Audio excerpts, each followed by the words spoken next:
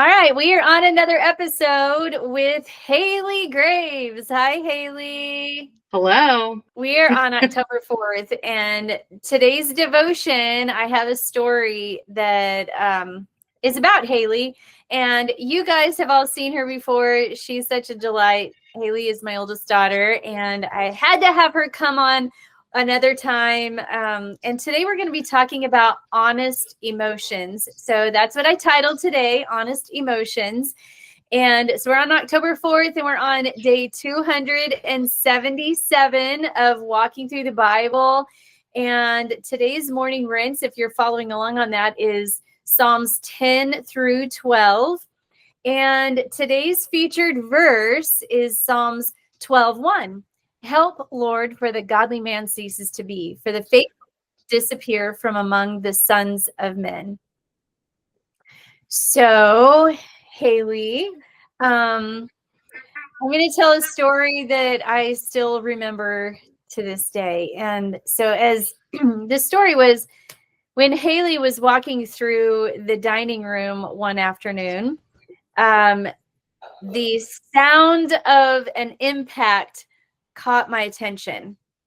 And as a mom, I quickly turned and I saw her bowled over, wrenched in pain, and realized that she had collided with the table, stubbing her little pinky toe. And captured in that like 2-second movie that was being displayed before my eyes, she screams out, holding her foot, and she yells out, "Jesus!" And she chuckled with this kind of semi-smile on her face, pretty much because this is how often she handles tension.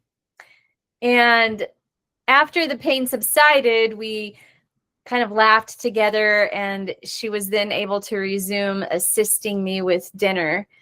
And I always have loved the fact that even amid Haley's agony, her very first response was calling out his name. Now, I don't know if do you remember that story, Haley? Yes, I do remember multiple times when something similar happened. Well, and that's why I called it today's honest emotions, because all through today's morning rinse, we read about David's honest emotions through his agony. His emotions ranged from pain to doubt to fear to despair. And these kind of same emotions can be seen throughout the entire book of Psalms, no matter who the psalmist was.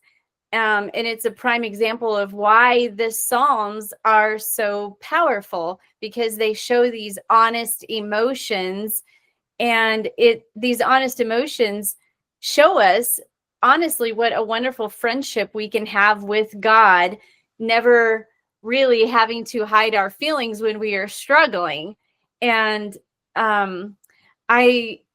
I love how that also too, when you were dealing with that struggle of hitting the thing, that you had this kind of like smirk on your face, and that's kind of how you handle stress, is you laugh it off. And so the cool thing about that is, though, despite our fear or our doubt, we can see throughout the Psalms that the writers are still really comfortable crying out for help, knowing that God is always there. And I don't know if you've had some connection with the Psalm, because he was being chased and he's crying out in despair and stuff, but he's still a friend of God. Even in those midst of those moments, he's crying out with that. And time again, God meets the psalmist where they're at, and then he answers their cry. And I just wanted you to be on here because of that story. And I think too, you are really good with being honest, with your emotions and those kinds of things. And so I was going to ask you, like, why do you think that it's so easy for you sometimes to be honest with your emotions? I think that I've just learned, well, I don't even want to say learned over the years, because even when I was a kid, I was pretty upfront about where I was at. I was always, I mean, if I was upset, everyone knew.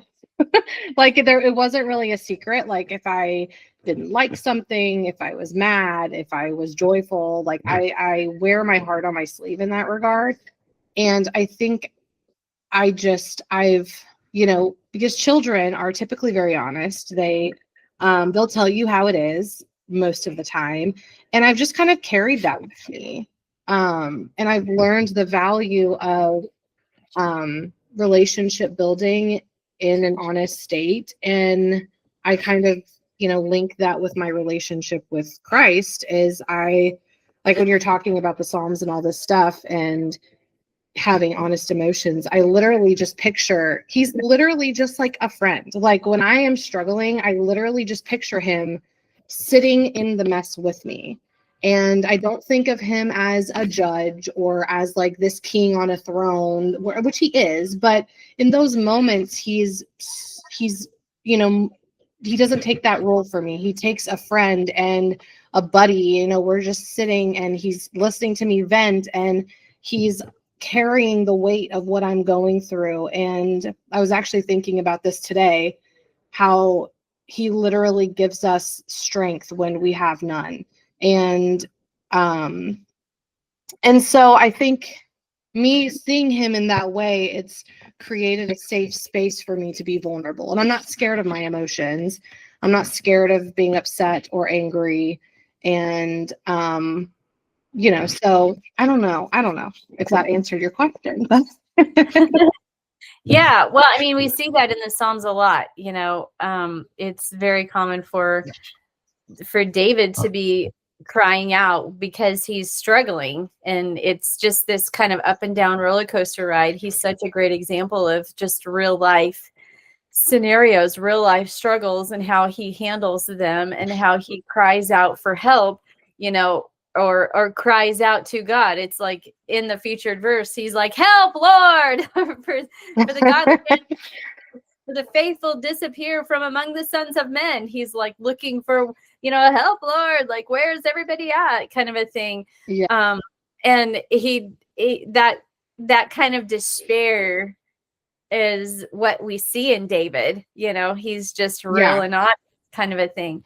And I have always viewed you as somebody who's honest with her emotions. Now, I mean, granted, you do control your emotions. As a mom, it was very easy usually for me to tell when you were going through something. But you know, and I think that God likes that. I think he wants us to be honest with him. He wants us to be real, and he can handle it. There were a couple times where I remember like, oh my goodness, I don't want to be like that real, but then somebody said, well, do you not think that God can handle that? I was like, oh yeah, I guess God probably can handle that. He can't. Yep. It's so interesting because actually today I found this old devotion that I had from like 3 years ago, and I had only filled out probably like, a fifth of it or whatever. But I was reading back on some of my entries, and in all of them, they were like a cry for help. Basically, like, I'm struggling in this area, or today feels really heavy, or, I'm feeling really overwhelmed with life. And in my head, I was thinking, man, I sure complain a lot. Like I was thinking, and even now it's like, wow, life just feels heavy. It just feels so hard all of the time. And, it just reminded me of how like God doesn't, that's what he wants. He wants to carry our burdens for us. And how can he do that if we're like, oh, I'm good, God, I got it. Like I'm, like we need him. And the reminder of like, I cannot do it on my own. and life feels heavy when he's not a part of it. And when I am trying to do it on my own, it just was such a good reminder to me that, you know, when life feels heavy and it feels hard, he's there. And he literally just leaning on him for every single moment of life, even like I'm trying to work out again. And I got up this morning at like 5 o'clock in the morning to get my movement in. And the whole time I was like, Lord, I cannot do this without, like, I legit cannot get out of this bed unless you are there holding my hand through it, because I literally need him in every aspect of my life. And I've just gotten to a place where like, I accept that. And I don't have anything in me that is enough to carry this life. Like, there's just nothing. Like, I don't have, like, every good thing about me is him. Like, it's literally him. Like, the patience and, you know, the will, the motivation to continue and whatever, it's all him. And so, yeah, that was a tangent, but anyways. So. Well, I love that. It's like, because, you know, David cries out for help and he's in despair, and time again, God meets him where he's at and he answers his cry. And he does that over and over and over again in scripture. But what's really cool is that even though we see throughout the Psalms, the despair, and we see the cry for help, and we see kind of that up and down emotion that David goes through, and sometimes he's having a really rough day, and then, you know, other times he's not. But it's kind of common to see the rough parts of his life and his journey of being chased and hunted down and the whole bit. But along with all of the honest emotions of despair that we read in Psalms, there's another common reaction. And what I see throughout the Psalms is that no matter the outcome of the struggles that we read about, the psalmists sing in praise for who God is. And that is also something that we see in the Psalms. Their honest emotions obviously have the despair, but they eventually, that honesty of despair turns to joy, turns to praise, turns to thanksgiving for who God is, no matter what they're going through. And it actually is exactly how you were responding, you know, whether it was stubbing a toe and yelling out Jesus out of habit or whatever, or if it's just your thoughts about today, even, you know, and how you were working out and how, you are calling on him for help. And that in and of itself is a form of praising him. We don't have to, be all hype and happy go lucky and with a big smile on our face to consider that praise. You're actually praising him when you're calling out for help, really. Mm-hmm. And even though you're calling out for help, the response turns to the joy, the praise, the thanksgiving. And so while we may be struggling, I never want us to ever forget what David did during his honest emotions. And that was saying, help, Lord, and I don't ever want to get to cry out for his help, Yeah. And David's such a good depiction of all of the areas of life that we kind of go through. I mean, he went through, his sin, and he went through, when he danced before the Lord, and he went through, when he was full of despair and hopelessness. And so we see this, like, and it's that's why David is probably one of my favorite individuals in the Bible, because he's so relatable.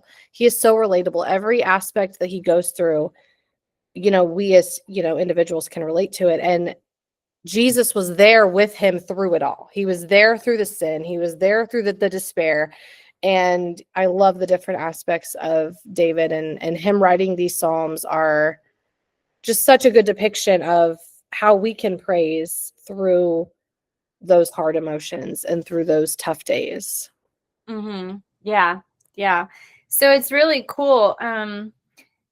even just today, when, you were going through several different struggles and several different moments, you have real life stuff that you can share just from today, and how we can Yeah.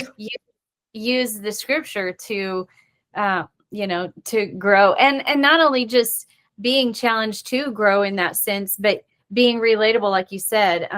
David is relatable. And so, every day I have a challenge for someone. And I think that, you being on here, you're a great example to challenge people. Hearing your story and people watching your story is to challenge people to be honest today with their struggles. And in my book, I give an example. I say, find a quiet place and sit alone with God and share with him how you're feeling, and just don't hold back. Just let it all out. Ask for help. Let him answer your cry. Be honest, be vulnerable, be open and honest with him. In the asking somebody who, and you're going to laugh at this, but asking somebody who's a professional honesty person. That's funny. If somebody is listening to you talk and to me talk about honest emotions, and they're just not used to it, they're not used to maybe being vulnerable with God, or even they're really closed off.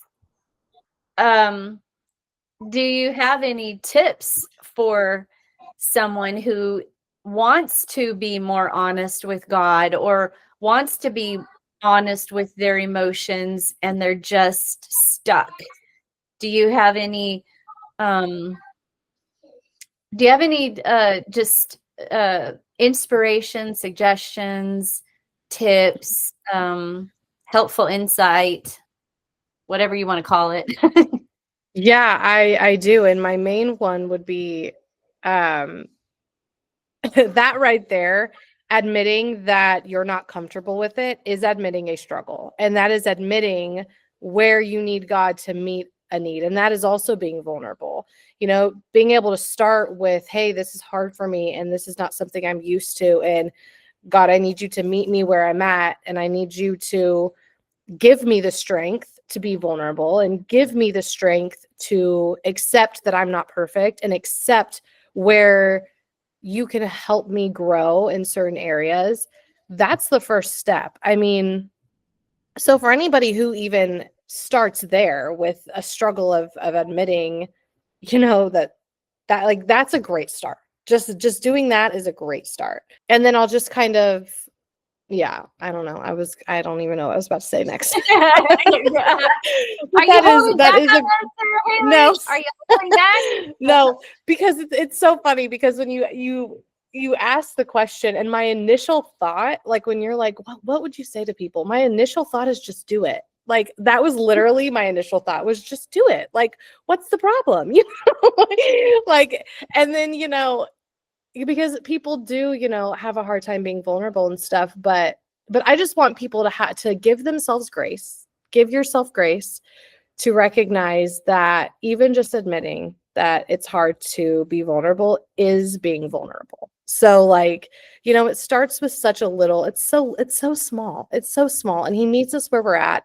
And you don't have to write out 7-page letter to God about all the things that you're miserable about. Like, it doesn't have to look like that, like it can be so small as like, hey, I'm just feeling down today, or hey, I'm not motivated today, or hey, I told myself I wasn't going to eat a cookie, and I really want a cookie. Like, those things, like, he's there, and he is literally walking through our day with us every step of the day. When we're in the kitchen, when we're in the bathroom, when we're driving in our car, he is just hanging out with us. And if we view God in that light, as truly a friend and a companion, then we will be able to talk to him in way easier and with way more fluidity, and start to become more vulnerable with him, because he already knows. He already knows all the things you're struggling with. He already knows. He's just waiting for you to tell him. Mm-hmm. That is so true. So. I like your insight. Admitting that you struggle with being vulnerable is actually being vulnerable and is the first step. That's really good. Yeah. And so I guess, if somebody were to admit that, it makes it easier than to be honest with God about things. Yeah. And as you know too, every day when I give the challenge, at the end of the day, I encourage people to write down, whether that's their conversations with God or whether that's, the happenings throughout the day that specifically deal with the devotional that I wrote for that day. But today's reflection, if you're new to the podcast, I call it evening reflection. So I encourage people to pull out their journal at night and just document something that happened during the day. And I guess, with those people watching us and those people listening, and hearing the challenge of being honest with their struggles today, then that correlates with the evening reflection. And so, write down whether or not, you're completely honest with God, and did you ask him any tough questions or share with him any of your hurts, and how did it make you feel? And writing those things down can be so vital, especially like you said, you pulled out a journal from 3 years ago, right? And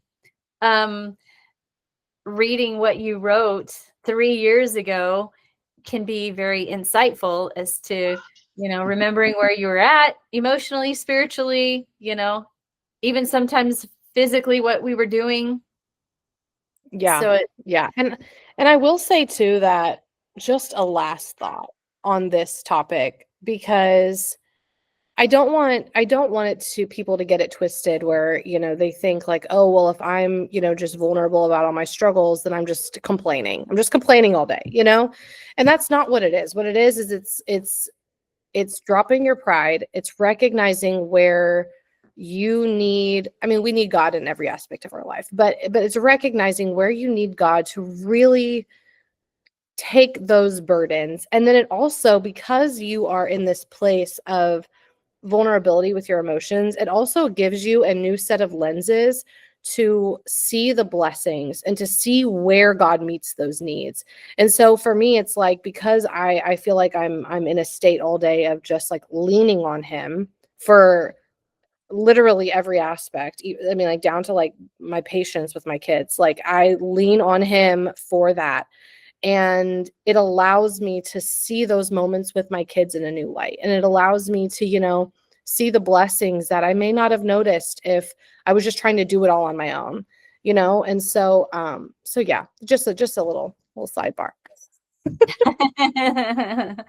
I like that. You're not complaining or whatever, in those honest emotions. And granted, if we were to grumble and complain every single day about every single moment of the day, then that might be something to grow in. Right. It would be. If we're having real struggles, and it's painful, then it's part of being honest, just like David was honest in his emotion. Well, and I think the difference too is that with complaining, you're relying on yourself, right? You're saying like, oh, I'm just so frustrated because this didn't go my way and whatnot. Whereas when you're vulnerable with your emotions, you're leaning on God for that. You're saying, hey, I'm really want that cookie and I really can't have it, but like help me in this, or hey, I'm really losing my patience with my kids and I just yelled at them. Help me, bring me back to square one, so I can reset, and help me to drop my pride so I can apologize and we can move throughout our evening. Like it's leaning on God to bridge the gap where you fall short. You know, it's not complaining, because complaining relies on ourselves and focuses on me, and that's not what it is. Mm-hmm. Yeah. Well, and complaining also too relies on yourself, and it blames other people too. Mm-hmm. It's very common for complaining to blame, you know, whether Right. it's blaming yourself or blaming others. It's Right. a negative fashion for sure. Right. Yeah. I like your analogy. I like your analogy there, girl. Thanks. Yeah. What a joyful conversation when we're talking about honest emotions. You know, when it comes to being honest with God, and looking at David as an example of being honest with his emotions. And I'll never forget that little pinky toe moment in the kitchen when you rammed it right into the kitchen counter or table or whatever it was, you know. Your little pinky toe survived, though. I did. It's still attached. Still attached, yes. Well, definitely, hopefully, people are looking at this and realizing the challenge of being honest. And maybe today is a really good day for people to be honest, whether that's finding a quiet place, you know, or driving in the car or wherever, being honest with him, and then writing down your conversation is super important. So, do you have anything more to add? Any other thoughts along the way? Oh, Miss Honesty. No, I think this was a great conversation, and hopefully everyone will start being honest with God. Or vamp it up, or, you know, Right. level on the honesty. Yeah. Yep. Well, if you are watching this and if you are listening in, I failed to mention that Haley is the one that is my mojo to the daily moham. Haley is the one that edits this, and so I appreciate her. We are getting close to the end of the year of this. We are so close. Yeah. And so if you don't have my devotional, and now is the perfect time to get it. Christmas is coming up, and lots of gifts around. So it's a great little companion to the podcast, and you can write notes in it and do all kinds of stuff. So there's a link in the show notes or the comments, wherever you are watching or listening. And why don't you close us out, Haley? Okay. Until tomorrow, keep rinsing, reflecting, and repeating. God bless you.